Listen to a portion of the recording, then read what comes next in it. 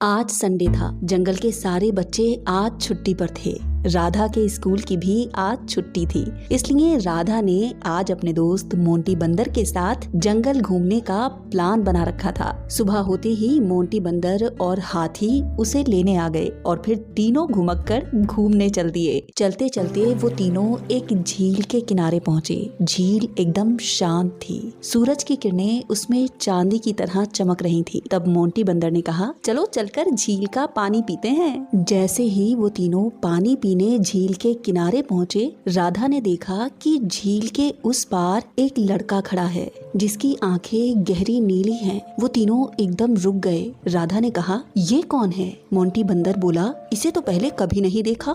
राधा ने हिम्मत जुटाते हुए उससे पूछा, तुम कौन हो और यहाँ क्या कर रहे हो?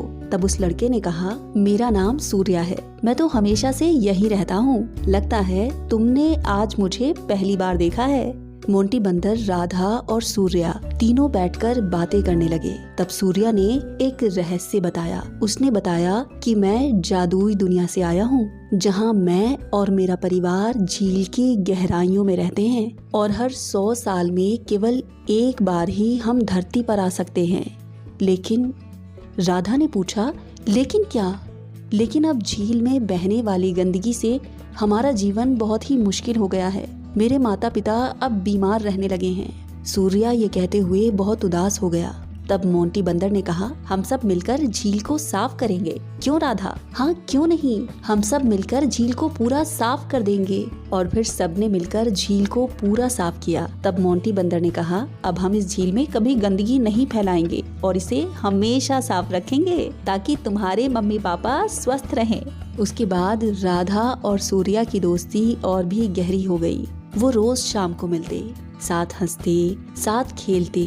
सारा जंगल भी अब सूर्या का दोस्त बन गया था। हाथी उन दोनों को अपनी पीठ पर बैठाकर जंगल की सैर कराता। दिन यूं ही गुजरते गए और फिर एक दिन सूर्या ने राधा से कहा, राधा, मुझे अब जाना होगा, मेरा समय पूरा हो गया है।